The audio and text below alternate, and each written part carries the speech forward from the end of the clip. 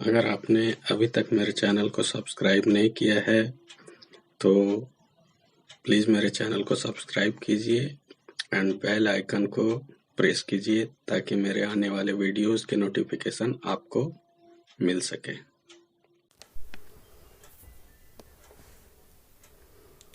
प्रारंभिक साक्षरता में आकलन। आज हम इंटरमीडिएट कोर्स 4 में होने वाले आकलन के बारे में आपको बताएंगे। उम्मीद है आप सबों ने भी इसे कर लिया होगा, पर फिर भी मैं प्रयास करता हूं करने का। इसमें पहला सवाल है, ज्योति जी द्वारा जीत के लिए स्क्रीन पर कुछ अभिलेख दिए गए हैं, उन्हें ध्यान से पढ़िए। 24 फरवरी अपने आप किताब लेकर बैठता है, पढ़ी हुई सामग्री को समझता है, जैसे पढ़ी कहानी से जुड़ी अपनी ज़िंदगी की घटना साझा की, जैसा मीता और उसके दोस्त के साथ हुआ था। मीता और जादुई जूते में वैसा मेरे साथ भी होता है। बहुत बार मेरे दोस्त मुझे चिढ़ाने लगते हैं। 3 मार्च वह मात्राओं में अंतर समझने लगा है, जैसे हर्षी और दीर्घी, अ और आ, हर्ष उ और दीर्घ उ। 4 मार्च वह जैसा बोलता है वैसा ही लिख देता है, जैसे जानवरों के लिए उसने लिखा, हमें ऐसा नहीं करना चाहिए। दिए गए अभिलेखों के आधार पर नीचे दिए गए कौन कौन से आकलन के मापदंड आंके जा सकते हैं। आप इस प्रश्न का एक से अधिक विकल्प चुन सकते हैं। इसमें पहला विकल्प है, स्कूल के बाहर और भीतर अपनी पसंद की किताबों को स्वयं चुनकर पढ़ने का प्रयास करते हैं। दूसरा विकल्प है, अपने स्तर और पसंद के अनुसार कहानी, कविता, चित्र, पोस्टर आदि को आनंद के साथ पढ़कर अपनी प्रतिक्रिया व्यक्त करते हैं या प्रश्न पूछते हैं। तीसरा ऑप्शन है, हिंदी की वर्णमाला के अक्षरों की आकृति और ध्वनि को पहचानते हैं। चौथा ऑप्शन है, विविध उद्देश्यों के लिए अपनी अथवा स्कूल की भाषा का इस्तेमाल करते हुए बातचीत करते हैं, जैसे जानकारी पाने के लिए प्रश्न पूछना, निजी अनुभवों को साझा करना, अपना तर्क देना आदि। तो दोस्तों, इसका पहला विकल्प, दूसरा विकल्प और तीसरा विकल्प सही विकल्प है, जिसे हमने टिक करके सबमिट किया। ये देखिए दोस्तों, आपका विकल्प सही है। अब हम जारी रखेंगे अगले क्वेश्चन के लिए। दोस्तों, इस भाग में दूसरा क्वेश्चन है, आपके अनुसार प्रारंभिक साक्षरता में सतत आकलन के लिए दी गई किन किन तकनीकों का इस्तेमाल कर सकते हैं। सही विकल्प चुनिए। इस प्रश्न में भी आप एक से अधिक विकल्प चुन सकते हैं। इसमें पहला विकल्प है अभिलेख, दूसरा है सालाना परीक्षा, तीसरा है चेकलिस्ट, चौथा है अवलोकन, पांचवा है कार्यपत्र, छठा है पोर्टफोलियो और सातवां है काम के नमूने। तो दोस्तों, इसमें सालाना परीक्षा को छोड़कर बाकी सारे विकल्प सही हैं। हम इसमें सभी विकल्प को टिक मार देंगे। टिक करने के बाद हम सबमिट बटन दबाते हैं और ये देखिए दोस्तों, इसने उत्तर दिया, आपका विकल्प सही है। अब हम अगले क्वेश्चन के लिए जारी रखेंगे। तीसरा क्वेश्चन है, शीला जी बच्चों के लिखित कार्य को जांचते समय बातचीत के रूप में विस्तार से प्रतिक्रिया देती है। आपके अनुसार इस तरह की प्रतिक्रिया के पीछे शीला जी का क्या उद्देश्य होगा। आप इसमें एक से अधिक विकल्प चुन सकते हैं। पहला विकल्प है, बच्चों द्वारा की गई हर गलती पर उसका ध्यान लाना और सुधार कार्य ठीक से करवाना। दूसरा विकल्प है, बच्चों को सही तरीके से लिखने के तरीकों और बाकी यांत्रिक पहलुओं पर उनका ध्यान लाना। तीसरा विकल्प है, बच्चों को उनकी कोशिशों के लिए प्रोत्साहन देना और लेख की बारीकियों पर उनका ध्यान लाना। चौथा विकल्प है बच्चों की लिखने की ललक को बिना चोट पहुंचाए उनको लेख को बेहतर लिखने के लिए सुझाव दे पाना। तो दोस्तों इसमें दूसरा, तीसरा और चौथा विकल्प सही है। हमने टिक करके सबमिट किया, आपका विकल्प सही है। चौथा क्वेश्चन, श्यामलाल जी अपनी कक्षा में सब बच्चों को पोर्टफोलियो नियमित रूप से तैयार करते हैं। आपके अनुसार इन पोर्टफोलियो को वह कैसे बच्चों के आकलन के लिए इस्तेमाल कर पाएंगे?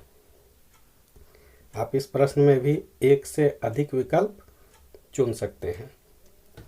इसमें पहला विकल्प है बच्चों की पढ़ने, सुनने, बोलने आदि क्षमताओं को पहचानना व समझना। दूसरा है बच्चों की अलग अलग भाषाई क्षमताओं की प्रगति को देख पाना। तीसरा है रिपोर्ट कार्ड में बताई गई बच्चों की क्षमताओं के लिए प्रमाण इकट्ठा करना। बच्चों की खुद के लक्ष्यों और सीखने की क्षमताओं को लेकर बनाई अपनी छवि को समझ पाना। पांचवा विकल्प बच्चों को क्या नहीं आता ये माता पिता को सबूत के साथ बता पाना। तो दोस्तों इसमें पहला, दूसरा और चौथा विकल्प सही है, जिसको टिक करके हमने सबमिट किया। आपका विकल्प सही है। अगले क्वेश्चन के लिए जारी रखें। पांचवा क्वेश्चन है आपकी स्क्रीन पर एक किताब का पन्ना दिखाया जा रहा है। किताब में मेरा घर एक बड़े मैदान के पास है। मिलिंद और राजनाथ ने इसे कुछ ऐसे पढ़ा। मिलिंद, मेरा घड़ा एक बड़ी मदन के पास है। राजनाथ, मेरा मकान एक पार्क के पीछे है। इन दोनों पढ़ने के तरीकों का कैसे आंका जा सकता है? आप इसमें एक ही विकल्प चुन सकते हैं। पहला विकल्प है दोनों ने ही किताब को बिल्कुल गलत पढ़ा है। दूसरा विकल्प है मिलिंद ने कुछ अक्षरों को फेर बदल कर जरूर पढ़ा है, लेकिन वह सही पढ़ रहा है। तीसरा विकल्प है राजनाथ का पढ़ा वाक्य अर्थ के ज़्यादा करीब है, यानी वह पाठ को समझकर पढ़ रहा है। चौथा विकल्प है दोनों ही अपनी अपनी समझ से पढ़ रहे हैं, इसलिए दोनों ही सही हैं।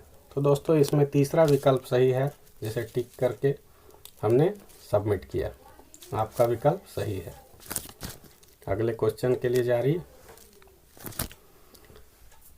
छठा क्वेश्चन है बिल्कुल शुरुआती कक्षा में आए बच्चों में भाषा संबंधी किन बिंदुओं का आकलन करना भाषा कक्षा की योजना बनाने में कारगर रह सकता है? आप इसमें भी एक से अधिक विकल्प चुन सकते हैं। पहला विकल्प है उनकी मौखिक भाषा की समृद्धता, उनकी इमर्जेंट लिटरेसी व्यवहार या प्रिंट की अवधारणाएं। तीसरा उनके अक्षर ज्ञान का। चौथा उनके लिखने की क्षमता। तो दोस्तों इसमें पहला और दूसरा विकल्प सही है, जिसे टिक करके हम सबमिट करेंगे। देखिए आपका विकल्प सही है। अगले क्वेश्चन के लिए जारी। आप सातवां क्वेश्चन है आपकी स्क्रीन पर एक वाक्य दिया गया है, उसके खाली स्थान भरने के लिए दिए गए विकल्पों में से दो उचित विकल्प को चुनना है। प्रारंभिक साक्षरता में आकलन में हमें न केवल बच्चों के बढ़ते भाषा कौशल को आंकते हैं, बल्कि इस बात पर भी गौर करते हैं कि बच्चे में खाली जगह, प्रिंट की दुनिया और खाली जगह के बारे में कैसी छवि बन रही है। तो इन खाली जगह में दो उचित विकल्प चुनकर भरने हैं। तो इसमें पहला विकल्प है पढ़ने लिखने की प्रक्रिया, दूसरा है शिक्षक, तीसरा शिक्षा प्रणाली, चौथा दोस्तों, पांचवा आसपास की दुनिया, छठा ज्ञान भंडार, सातवां खुद या स्वयं, आठवां सुनने बोलने का कौशल। तो दोस्तों इसमें पहला और सातवां विकल्प सही है, जिसे हमने टिक करके सबमिट किया। देखिए हमारा विकल्प सही बता रहा है। अब दोस्तों हम पैकेज आकलन की तरफ जाएंगे। पैकेज आकलन 4 में पहला प्रश्न है, आपके अनुसार प्रारंभिक साक्षरता में सतत आकलन के लिए दी गई किन तकनीकों का इस्तेमाल नहीं कर सकते? सही विकल्प चुनिए। तो दोस्तों इसमें 4 विकल्प हैं। पहला है अभिलेख, दूसरा सालाना परीक्षा, तीसरा कार्यपत्र, चौथा पोर्टफोलियो। तो इसका सही विकल्प है सालाना परीक्षा।